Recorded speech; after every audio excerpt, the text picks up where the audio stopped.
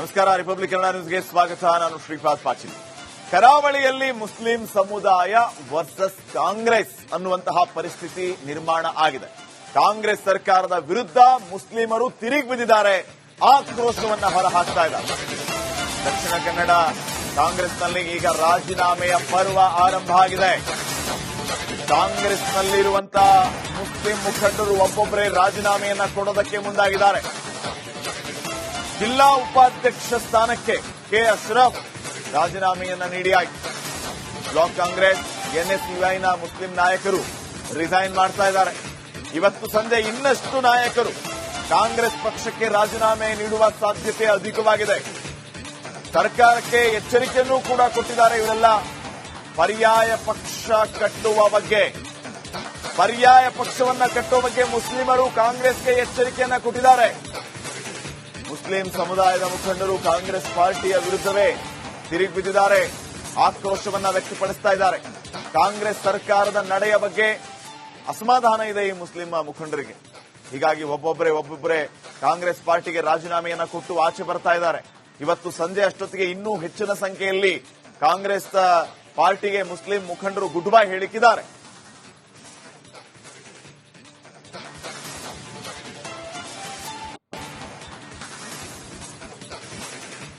ಈ ಬಗ್ಗೆ ಇನ್ನಷ್ಟು ಮಾಹಿತಿಯನ್ನ ಕೊಡ್ತಾರೆ ಪ್ರತಿನಿಧಿ ದಿನೇಶ್.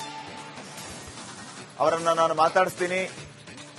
ಮಂಗಳೂರಿನ ಬಂಟ್ವಾಳದಲ್ಲಿ ಅಬ್ದುಲ್ ರಹಿಮಾನ್ ಕೊಲೆ ಪ್ರಕರಣದ ವಿಚಾರಕ್ಕೆ ಸಂಬಂಧಪಟ್ಟಂತೆ ಕಾಂಗ್ರೆಸ್ ಪಕ್ಷಕ್ಕೆ ಮುಜುಗರ ಆಗ್ತಾ ಇದೆ.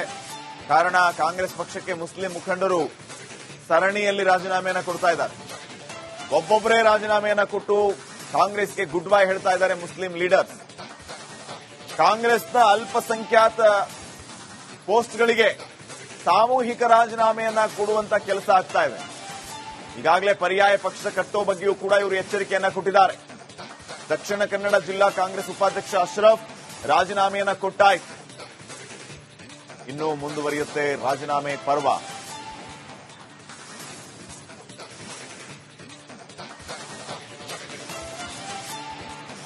ಈ ಬಗ್ಗೆ ಇನ್ನಷ್ಟು ಮಾಹಿತಿಯನ್ನ ನೀಡುತ್ತಾರೆ ನಮ್ಮ ಪ್ರತಿನಿಧಿ ಖುಷ್ವಂತ್. ಈಗ ಮಂಗಳೂರಿನಿಂದ ನೇರ ಸಂಪರ್ಕದಲ್ಲಿ. ಖುಷ್ವಂತ್, ಗಮನಿಸ್ತಾ ಇದ್ದೀವಿ, ಮುಸ್ಲಿಂ ಮುಖಂಡರು ಕಾಂಗ್ರೆಸ್ ಪಾರ್ಟಿಯ ವಿರುದ್ಧ ಅಸಮಾಧಾನವನ್ನ ಹೊರಹಾಕ್ತಾ ಇದ್ದಾರೆ.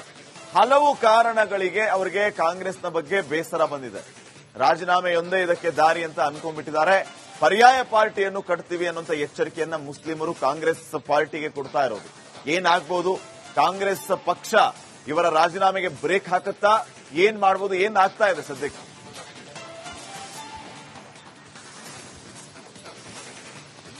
ಶ್ರೀಪಾದ್ ಪಾಟೀಲ್, ಏನು ಬಂಟ್ವಾಳದ ಅಬ್ದುಲ್ ರಹೀಂ ಕೊಲೆ ಪ್ರಕರಣ ಇದೆ, ಈ ಒಂದು ಪ್ರಕರಣ ಹಿನ್ನೆಲೆಯಲ್ಲಿ ಈಗಾಗಲೇ ಕಾಂಗ್ರೆಸ್ ಅಲ್ಪಸಂಖ್ಯಾತ ಘಟಕದ ಮುಸ್ಲಿಂ ಮುಖಂಡರೇನಿದ್ದಾರೆ, ಹಲವಾರು ಮುಸ್ಲಿಂ ಮುಖಂಡರು ಬೇಸರವನ್ನ ವ್ಯಕ್ತಪಡಿಸಿದ್ದಾರೆ. ಸರ್ಕಾರದ ನಡೆದ ವಿರುದ್ಧ ಬಹಿರಂಗವಾಗಿ ತಮ್ಮ ಅಸಮಾಧಾನವನ್ನ ಈಗಾಗಲೇ ಹೊರಹಾಕಿರುವಂತದ್ದು. ಜೊತೆಗೆ ಏನು ಎಲ್ಲಾ ಸೋಷಿಯಲ್ ಮೀಡಿಯಾ ಇರಬಹುದು, ಎಲ್ಲದರಲ್ಲೂ ಕೂಡ ಅವರ ಒಂದು ಭಾವನೆ, ಸರ್ಕಾರದ ಬಗ್ಗೆ ಇರುವಂತಹ ಭಾವನೆಯನ್ನ ವ್ಯಕ್ತಪಡಿಸುತ್ತಾ ಇರುವಂತದ್ದು.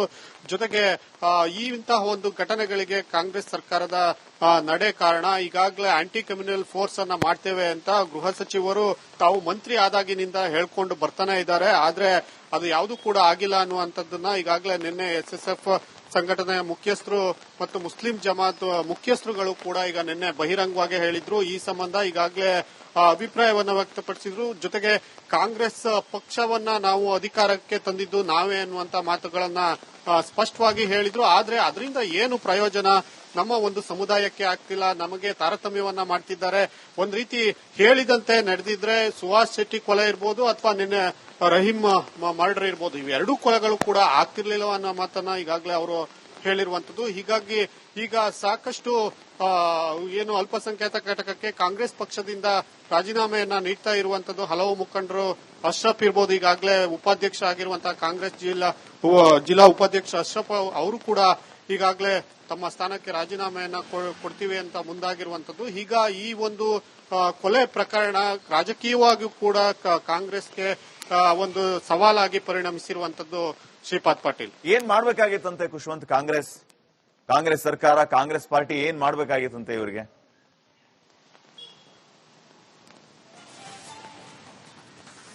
ಒಂದು ಈಗ ಅವರೇ ಹೇಳಿದಂತ ಪ್ರಕಾರ ಈಗ ಮುಖ್ಯವಾಗಿ ಅವರು ಹೇಳ್ತಿರುವಂತದ್ದು ಆಂಟಿ ಕಮ್ಯುನಲ್ ಒಂದು ಇದನ್ನ ಜಾರಿ ಮಾಡ್ತೇವೆ ಅಂತ ಹೇಳಿದ್ರು. ಮತ್ತೆ ಈ ಎಲ್ಲ ಕೋಮು ಸಂಘರ್ಷಕ್ಕೆ ಪ್ರತಿಕಾರದ ಕೊಲೆಗಳೇನಾಗ್ತಾ ಇದೆ ಅವನ್ನ ನಿಲ್ಬೇಕು ಅನ್ನುವಂಥದ್ದು. ಜೊತೆಗೆ ಸುಹಾಸ್ ಶೆಟ್ಟಿಯ ಕೊಲೆಯ ನಂತರ ಕೆಲವು ಪ್ರಚೋದಿತ ಭಾಷಣಗಳನ್ನ ಮಾಡಿದ್ರು.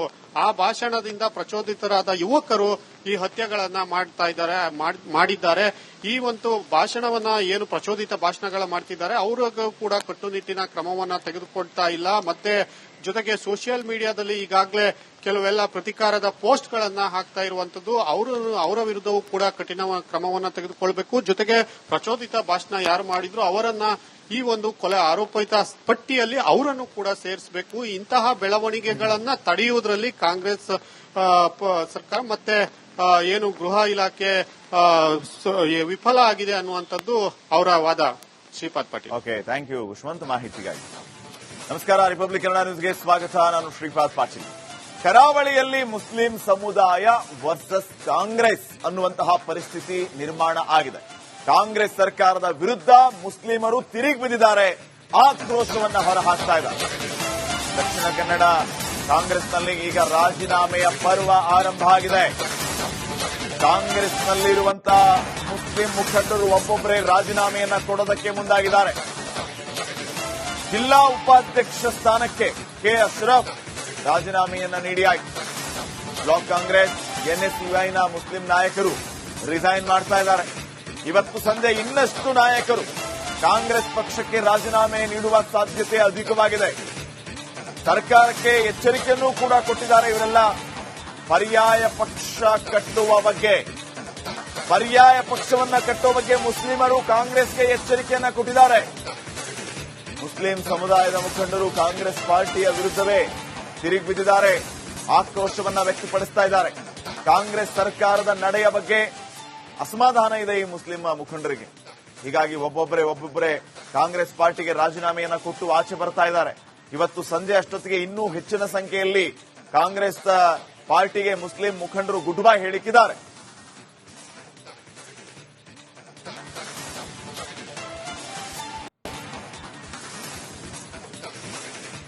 ಈ ಬಗ್ಗೆ ಇನ್ನಷ್ಟು ಮಾಹಿತಿಯನ್ನ ಕೊಡ್ತಾರೆ ಪ್ರತಿನಿಧಿ ದಿನೇಶ್. ಅವರನ್ನ ನಾನು ಮಾತಾಡಿಸ್ತೀನಿ. ಮಂಗಳೂರಿನ ಬಂಟ್ವಾಳದಲ್ಲಿ ಅಬ್ದುಲ್ ರಹಿಮಾನ್ ಕೊಲೆ ಪ್ರಕರಣದ ವಿಚಾರಕ್ಕೆ ಸಂಬಂಧಪಟ್ಟಂತೆ ಕಾಂಗ್ರೆಸ್ ಪಕ್ಷಕ್ಕೆ ಮುಜುಗರ ಆಗ್ತಾ ಇದೆ. ಕಾರಣ ಕಾಂಗ್ರೆಸ್ ಪಕ್ಷಕ್ಕೆ ಮುಸ್ಲಿಂ ಮುಖಂಡರು ಸರಣಿಯಲ್ಲಿ ರಾಜೀನಾಮೆಯನ್ನ ಕೊಡ್ತಾ ಇದ್ದಾರೆ. ಒಬ್ಬೊಬ್ಬರೇ ರಾಜೀನಾಮೆಯನ್ನ ಕೊಟ್ಟು ಕಾಂಗ್ರೆಸ್ಗೆ ಗುಡ್ ಬೈ ಹೇಳ್ತಾ ಇದ್ದಾರೆ ಮುಸ್ಲಿಂ ಲೀಡರ್ಸ್. ಕಾಂಗ್ರೆಸ್ನ ಅಲ್ಪಸಂಖ್ಯಾತ ಪೋಸ್ಟ್ಗಳಿಗೆ ಸಾಮೂಹಿಕ ರಾಜೀನಾಮೆಯನ್ನ ಕೊಡುವಂತ ಕೆಲಸ ಆಗ್ತಾ ಇದೆ.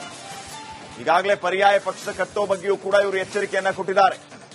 ದಕ್ಷಿಣ ಕನ್ನಡ ಜಿಲ್ಲಾ ಕಾಂಗ್ರೆಸ್ ಉಪಾಧ್ಯಕ್ಷ ಅಶ್ರಫ್ ರಾಜೀನಾಮೆಯನ್ನ ಕೊಟ್ಟಾಯ್ತು. ಇನ್ನೂ ಮುಂದುವರಿಯುತ್ತೆ ರಾಜೀನಾಮೆ ಪರ್ವ.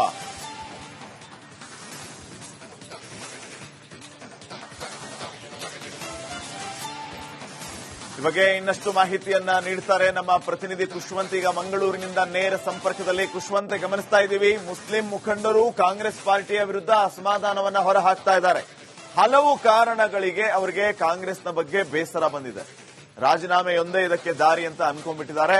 ಪರ್ಯಾಯ ಪಾರ್ಟಿಯನ್ನು ಕಟ್ತೀವಿ ಅನ್ನುವಂತ ಎಚ್ಚರಿಕೆಯನ್ನ ಮುಸ್ಲಿಮರು ಕಾಂಗ್ರೆಸ್ ಪಾರ್ಟಿಗೆ ಕೊಡ್ತಾ ಇರೋದು.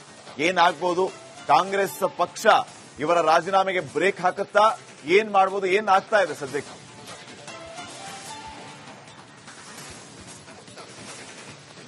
ಶ್ರೀಪಾದ್ ಪಾಟೀಲ್, ಏನು ಬಂಟ್ವಾಳದ ಅಬ್ದುಲ್ ರಹೀಂ ಕೊಲೆ ಪ್ರಕರಣ ಇದೆ, ಈ ಒಂದು ಪ್ರಕರಣ ಹಿನ್ನೆಲೆಯಲ್ಲಿ ಈಗಾಗಲೇ ಕಾಂಗ್ರೆಸ್ ಅಲ್ಪಸಂಖ್ಯಾತ ಘಟಕದ ಮುಸ್ಲಿಂ ಮುಖಂಡರೇನಿದ್ದಾರೆ, ಹಲವಾರು ಮುಸ್ಲಿಂ ಮುಖಂಡರು ಬೇಸರವನ್ನ ವ್ಯಕ್ತಪಡಿಸಿದ್ದಾರೆ. ಸರ್ಕಾರದ ನಡೆದ ವಿರುದ್ಧ ಬಹಿರಂಗವಾಗಿ ತಮ್ಮ ಅಸಮಾಧಾನವನ್ನ ಈಗಾಗಲೇ ಹೊರಹಾಕಿರುವಂತದ್ದು. ಜೊತೆಗೆ ಏನು ಎಲ್ಲ ಸೋಷಿಯಲ್ ಮೀಡಿಯಾ ಇರಬಹುದು, ಎಲ್ಲದರಲ್ಲೂ ಕೂಡ ಅವರ ಒಂದು ಭಾವನೆ, ಸರ್ಕಾರದ ಬಗ್ಗೆ ಇರುವಂತಹ ಭಾವನೆಯನ್ನ ವ್ಯಕ್ತಪಡಿಸುತ್ತಾ ಇರುವಂತದ್ದು.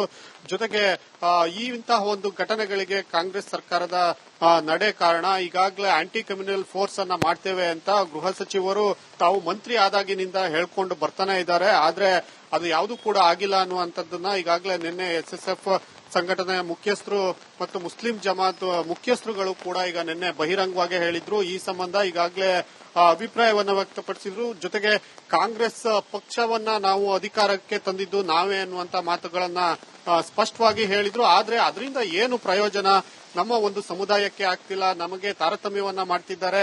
ಒಂದ್ ರೀತಿ ಹೇಳಿದಂತೆ ನಡೆದಿದ್ರೆ ಸುಹಾಸ್ ಶೆಟ್ಟಿ ಕೊಲೆ ಇರ್ಬೋದು ಅಥವಾ ನಿನ್ನೆ ರಹೀಂ ಮರ್ಡರ್ ಇರ್ಬೋದು, ಇವೆರಡೂ ಕೊಲೆಗಳು ಕೂಡ ಆಗ್ತಿರ್ಲಿಲ್ಲ ಅನ್ನೋ ಮಾತನ್ನ ಈಗಾಗಲೇ ಅವರು ಹೇಳಿರುವಂತದ್ದು. ಹೀಗಾಗಿ ಈಗ ಸಾಕಷ್ಟು ಏನು ಅಲ್ಪಸಂಖ್ಯಾತ ಘಟಕಕ್ಕೆ ಕಾಂಗ್ರೆಸ್ ಪಕ್ಷದಿಂದ ರಾಜೀನಾಮೆಯನ್ನ ನೀಡ್ತಾ ಇರುವಂತದ್ದು ಹಲವು ಮುಖಂಡರು. ಅಶ್ರಫ್ ಇರ್ಬೋದು, ಈಗಾಗಲೇ ಉಪಾಧ್ಯಕ್ಷ ಆಗಿರುವಂತಹ ಕಾಂಗ್ರೆಸ್ ಜಿಲ್ಲಾ ಉಪಾಧ್ಯಕ್ಷ ಅಶ್ರಫ್ ಅವರು ಕೂಡ ಈಗಾಗಲೇ ತಮ್ಮ ಸ್ಥಾನಕ್ಕೆ ರಾಜೀನಾಮೆಯನ್ನ ಕೊಡ್ತೀವಿ ಅಂತ ಮುಂದಾಗಿರುವಂತದ್ದು. ಈಗ ಈ ಒಂದು ಕೊಲೆ ಪ್ರಕರಣ ರಾಜಕೀಯವಾಗಿಯೂ ಕೂಡ ಕಾಂಗ್ರೆಸ್ಗೆ ಒಂದು ಸವಾಲಾಗಿ ಪರಿಣಮಿಸಿರುವಂತದ್ದು. ಶ್ರೀಪಾದ್ ಪಾಟೀಲ್, ಏನ್ ಮಾಡ್ಬೇಕಾಗಿತ್ತಂತೆ ಖುಷ್ವಂತ್ ಕಾಂಗ್ರೆಸ್ ಸರ್ಕಾರ, ಕಾಂಗ್ರೆಸ್ ಪಾರ್ಟಿ ಏನ್ ಮಾಡ್ಬೇಕಾಗಿತ್ತಂತೆ ಇವರಿಗೆ?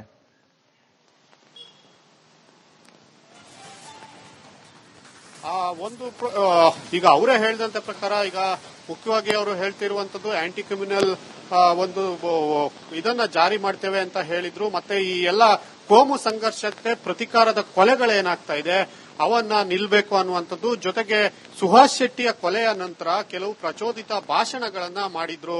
ಆ ಭಾಷಣದಿಂದ ಪ್ರಚೋದಿತರಾದ ಯುವಕರು ಈ ಹತ್ಯೆಗಳನ್ನ ಮಾಡಿದ್ದಾರೆ. ಈ ಒಂದು ಭಾಷಣವನ್ನ ಏನು ಪ್ರಚೋದಿತ ಭಾಷಣಗಳ ಮಾಡ್ತಿದ್ದಾರೆ ಅವ್ರಿಗೂ ಕೂಡ ಕಟ್ಟುನಿಟ್ಟಿನ ಕ್ರಮವನ್ನ ತೆಗೆದುಕೊಳ್ತಾ ಇಲ್ಲ. ಮತ್ತೆ ಜೊತೆಗೆ ಸೋಷಿಯಲ್ ಮೀಡಿಯಾದಲ್ಲಿ ಈಗಾಗಲೇ ಕೆಲವೆಲ್ಲ ಪ್ರತಿಕಾರದ ಪೋಸ್ಟ್ ಗಳನ್ನ ಹಾಕ್ತಾ ಇರುವಂತದ್ದು. ಅವರ ವಿರುದ್ಧವೂ ಕೂಡ ಕಠಿಣ ಕ್ರಮವನ್ನ ತೆಗೆದುಕೊಳ್ಬೇಕು. ಜೊತೆಗೆ ಪ್ರಚೋದಿತ ಭಾಷಣ ಯಾರು ಮಾಡಿದ್ರು ಅವರನ್ನ ಈ ಒಂದು ಕೊಲೆ ಆರೋಪಿತ ಪಟ್ಟಿಯಲ್ಲಿ ಅವರನ್ನು ಕೂಡ ಸೇರಿಸಬೇಕು. ಇಂತಹ ಬೆಳವಣಿಗೆಗಳನ್ನ ತಡೆಯುವುದರಲ್ಲಿ ಕಾಂಗ್ರೆಸ್ ಸರ್ಕಾರ ಮತ್ತೆ ಏನು ಗೃಹ ಇಲಾಖೆ ವಿಫಲ ಆಗಿದೆ ಅನ್ನುವಂಥದ್ದು ಅವರ ವಾದ. Shripad Patil, okay, thank you Khushwant ಮಾಹಿತಿಗಾಗಿ.